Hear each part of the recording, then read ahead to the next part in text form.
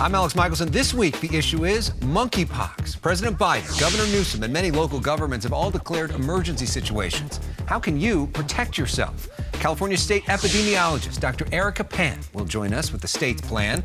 When will more vaccines be available? Why is the gay community being hit so hard? Then, Democratic strategist Lis Smith is here to discuss her new best-selling book and what it's really like working for Pete Buttigieg, Barack Obama, Bill de Blasio, and so many more. Finally, a special tribute to Vin Scully. Some help from Bob Costas and Joe Davis, as The Issue Is starts right now. Broadcasting across California, you're watching The Issue Is. And welcome to The Issue Is. I'm Alex Michelson. This week we want to answer some of the questions you may have regarding monkeypox. President Biden officially declared monkeypox a health emergency. Governor Newsom declared a state of emergency in California, and lots of local jurisdictions, including LA County, have done the same. So what is it? How do you protect yourself? Joining us live is the state's top expert on this issue. Dr. Erica Pan is California's official state epidemiologist. Dr. Pan, welcome to The Issue Is, and congratulations on the color coordination of the glasses and the outfit. That is impressive.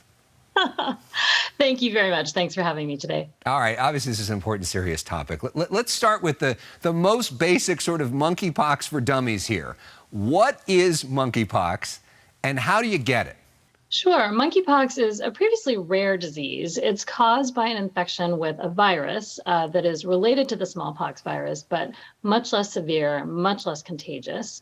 And it's primarily spread through close, very personal skin-to-skin contact with people who have monkeypox.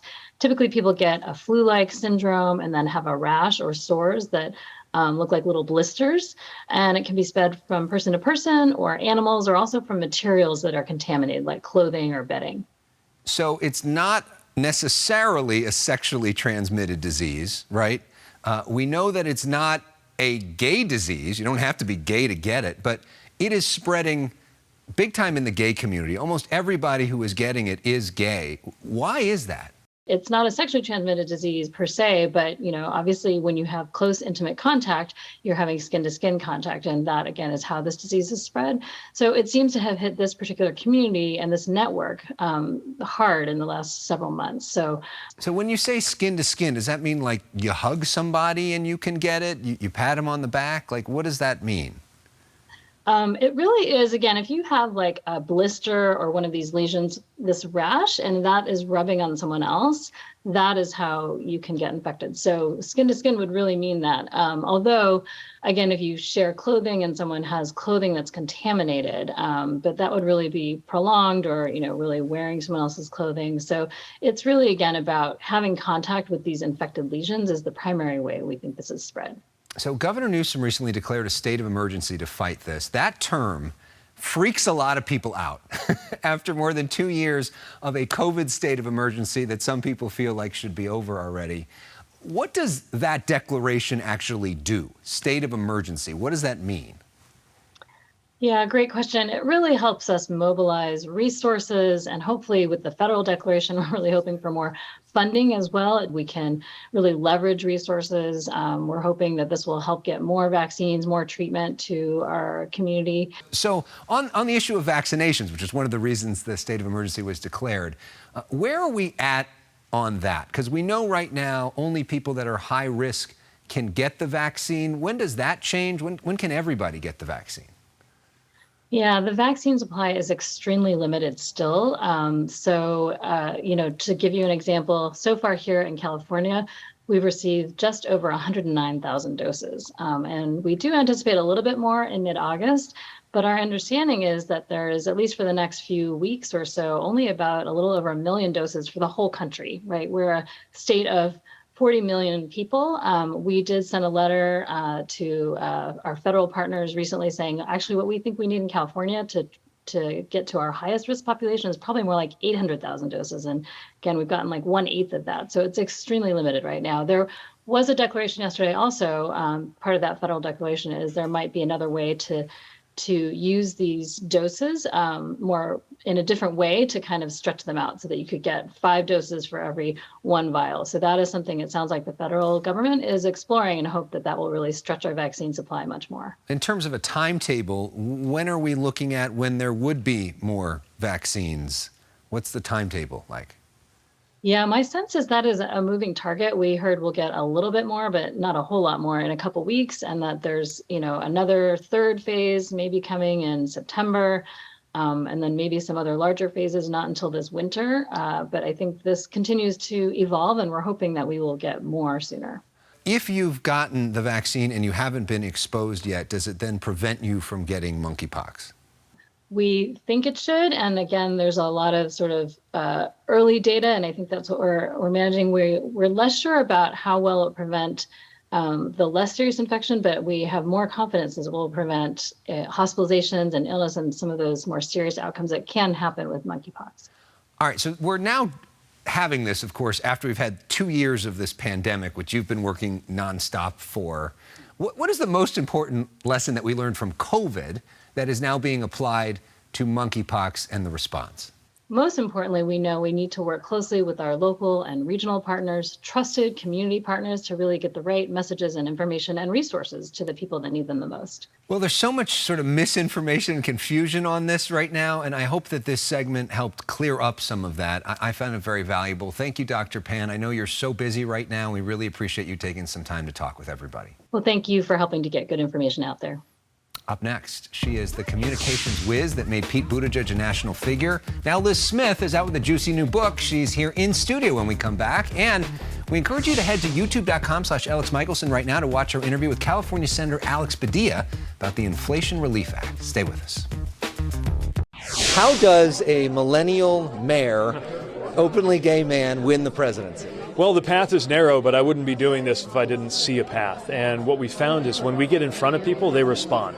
That was the first time we talked to then Mayor Pete Buttigieg on The Issue Is back in March of 2019. He got in front of a whole lot of people, thanks largely to one person. Lis Smith was his top communications aide and designed a go-everywhere strategy that led to Pete becoming a national figure, now a member of the cabinet. And it led to Liz becoming one of the most talked about strategists in the Democratic Party. She writes about that and a whole lot more in her juicy new book, Any Given Tuesday, A Political Love Story. The book is out now. It's already a New York Times bestseller. Lis Smith, welcome to The Issue Is for the very first time. Congratulations on the book, and great to have you in our house. Yes, thank you for having me. As you know, I am a big fan of your show and made sure to get Pete on here every opportunity we could during the 2020 campaign. Yeah, he was here a lot, more than any other candidate. We'll talk about that in a moment. I just want to say congratulations on the book. It's really, really great. Thank you. And like you, it is honest, it is brash, it is blunt, and it's a little sassy. So there's definitely some tea spilled all over the pages, yes, which is what makes it fun to read. But you learn a lot about it as well. Some people you write some not so great things about. One person you write a lot of great things about is Pete. Yeah. And you talk about him as the one. Yes. And I kept thinking about this scene from The West Wing, which is one of my favorite shows, one of Pete's favorite shows. This was when Sam Seaborn, played by Rob Lowe, was talked to by Josh Lyman, played by Bradley Whitford, about checking out a potential presidential candidate. Check this out. If I see the real thing in Nashua, should I tell you about it? You won't have to. Why? You got a pretty bad poker face. Yeah. Sam, please keep your seat. Sam, where are you going? New Hampshire. I mean, not quite that over-the-top Aaron Sorkin-y, but talk about sort of your moment when you knew that Pete was the one. Yeah, I probably maybe had a little bit of that look on my face when I first met him. I first sat down with him when he was running for DNC chair in Democratic National Committee. Yes, in January of 2017. I'd done phone calls with him in December of 2016. And that was a time when Democrats were thought that to beat Trump, they had to beat Trump. that they had to get down in the mud with him, and everyone was sort of yelling and screaming on cable news and seeing who could be the most offensive and loud. Pete had a very different strategy from the beginning. And his whole strategy was rooted in talking about his values, like freedom and fairness, but also in avoiding the demonization of other people. And his gamble was that voters would look for someone who was the complete opposite of Donald Trump. And so he radiated kindness, empathy. He was brilliant, spoke seven languages, and I just found him to be the most compelling communicator I'd ever encountered in the Democratic Party. And so that's why I did name my chapter about him The One. Yeah, and then your strategy for him was this go everywhere strategy. You talked about it. He came on this show more than any other candidate, which we were appreciative of. And he went on a whole lot of other shows more than any other candidate as well. You were well known for that strategy. Does that strategy, that go everywhere strategy, work if you don't have a candidate who speaks 7 languages and is especially good at this stuff? Would you advise that to everyone to get out there more, or do you just have to be sort of a superhuman kind of person to pull that off? No, I would not advise it for everyone. And I think sometimes people give me a little bit too much credit for this. Yes, it was my strategy, but it couldn't have happened without Pete. And Pete is a once in a generation talented communicator, and he's the Democrats' most talented TV communicator, and that's why you see the administration using him so much. But, what's also kind of interesting is that the administration itself has not adopted this strategy. Joe Biden, Kamala Harris barely do any interviews. You don't see them out there, even though they have some good things to talk about, especially recently. Do you think that the White House should adopt more of that strategy, that the president and vice president should be more out there talking to people in the press? So my understanding is that after the president does bill signings next week, they just had a run of these legislative victories, that the vice president and the cabinet members are going to fan out across the country and be communicating aggressively on the accomplishments. Is that an acknowledgement that maybe the strategy right now isn't quite working and they got to get out there more? I think it never hurts to get out there more. And presidents do oftentimes rely on a rose garden strategy, but when Joe Biden is at his best is when he's actually with people, because he is a people person. He's a very warm and empathetic person. So I would love to see him out there more on the campaign trail and less behind a podium at the White House. Let's talk a little bit more about the book. At one point, you sort of became part of the news, even though you're so used to being behind the scenes. This is when you're dating Eliot Spitzer, who at that point was no longer with his wife. It was a consensual relationship between the two of you. It got lots of attention, and the New York Post became a whole tabloid thing in New York.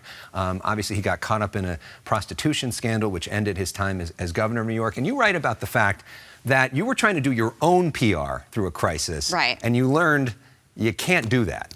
No, you can't. And one thing about this book is I'm very honest about other people and their shortcomings. That's even an understatement. So I thought it was really important to be honest about myself and my own shortcomings, because yes, I am known as this hardened PR pro, crisis professional.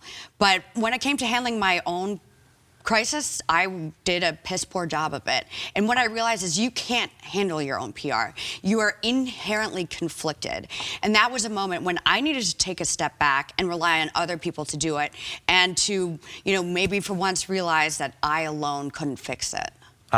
Which is, of course, a reference to President Trump, who said, I alone can fix it. At the time, you were working for Bill de Blasio, yes. Who was going to become the next mayor of New York, and he fired you because of this scandal. Yeah. And you wrote about him in the book, and weren't a lot of kind words. Here's some of what you wrote about Bill de Blasio, who was at one point seeking Eliot Spitzer's endorsement. Quote, "The likely incoming mayor of New York was childish, intellectually lazy, overconfident in his own abilities, and annoyingly condescending. Both of us had tried to get in bed with Eliot, but only one of us had been successful." Ouch. Well, you know what? The best advice I got when I was writing my book was to be honest, and everything I said there was 100% truthful. Yeah, you know, you write about so many politicians, not only Pete, not only de Blasio. I wish I had 2 hours to get into all of it. That's why you got to buy the book. But we do something called the name game on our show. This is a sort of quick way to get through a lot of the different candidates. These are all people that you've worked with before. The first word that comes to mind when you think of them. Okay, you ready? First one is Barack Obama. Star. Former Missouri Senator Claire McCaskill. Brassy. Former Virginia Governor Terry McAuliffe. Life of the party. Former New Jersey Governor John Corzine. Very intelligent. Former North Carolina Senator and VP candidate John Edwards. Massive disappointment. Former New York Governor Andrew Cuomo. Tragic. And finally, former New York Mayor Bill de Blasio. Childish, intellectually lazy, overconfident in his abilities. There we go. All right. Up next, could Gavin Newsom be president someday? We'll talk about his political future, what he's doing right now, the future of Dems in the midterms. Lis Smith has some advice for Democrats. Stay with us. More with Lis Smith when we come back here on The Issue Is. I've tried to say no way, in every way I possibly can, including... That was Governor Newsom with us here on The Issue Is at the White House, denying that he wants to run for president, but he continues to campaign against the actions of other red states' governors, leading to lots of speculation about a potential presidential run. We're back with Democratic strategist Lis Smith, author of Any Given Tuesday, a great political book. Liz, what do you make of Governor Newsom's moves here? Does this make sense in terms of a political strategy? Yeah, I think so. As a Democrat, I would personally like to see more governors out there on the national stage and accomplished governors like Gavin Newsom. So I think he's got a great message, and he's a great voice to counteract the extremism that we're seeing from Republican governors. And I know he's got that big war chest, and I would just hope that maybe he uses it to help elect Dems in some of these battleground states. Let's talk about the Democrats' strategy going forward right now, because we've got this midterm election coming up, right? The last few weeks have actually been a lot of good news for Democrats. The assumption all year has been the Democrats are going to get blown out in November. Right. How do you counteract that? What's your advice to the party? What should the message be for the next few months? Yeah, so the landscape has shifted significantly over the last couple months, and I would attribute that mostly to the Dobbs decision.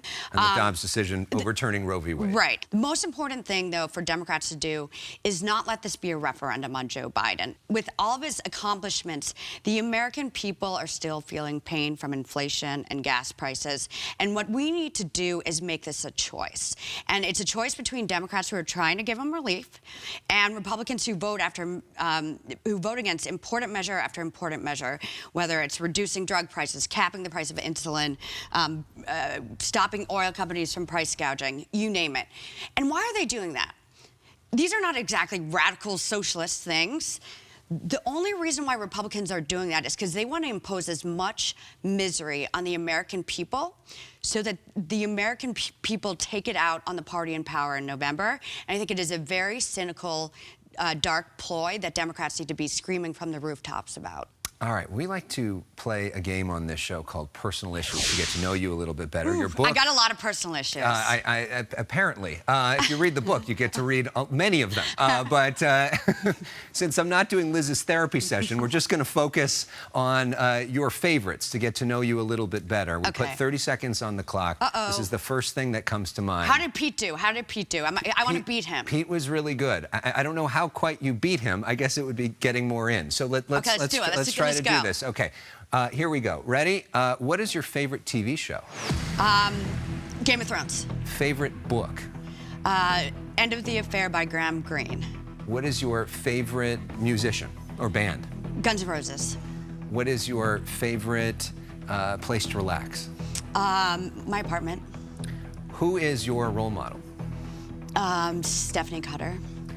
What is your favorite sports team? Bengals, Houday, representing them with my bracelet today. There they are. We saw you last year, or earlier this year, at the Super Bowl. There you are with Cincinnati Mayor Aftab Purval, who you were helping out during that week. Lots of great swag there. What is your prediction for the Bengals this season? Well, they're gonna go all the way, and I think that they win the Super Bowl by 3. With a walk-off win delivered by their ice-cold kicker, Evan McPherson. You're giving love to the kicker, not to Joe Burrows. No, you know what? Evan delivered a lot of those playoff wins, so it's all in his hands, or I guess all in his feet this year. Yeah. Well, we love the Bengals, but a reminder of who actually won the Super Bowl last year, of course, is the Los Angeles Rams. So we love to play music on the show. We're going to go out with I Love L.A., a reminder of the actual Super Bowl champion, the Los Angeles Rams, hoping to repeat this year. We'll see what happens this year. But much like Liz, the Bengals are scrappy and young and fun and exciting. Kind of like any given Tuesday. And talented and brilliant. Yeah, there you go. Yeah. Great to see you, Liz. Congratulations on the book. Thank you. Go buy it. We'll be back with the tribute to Vin Scully when we come back.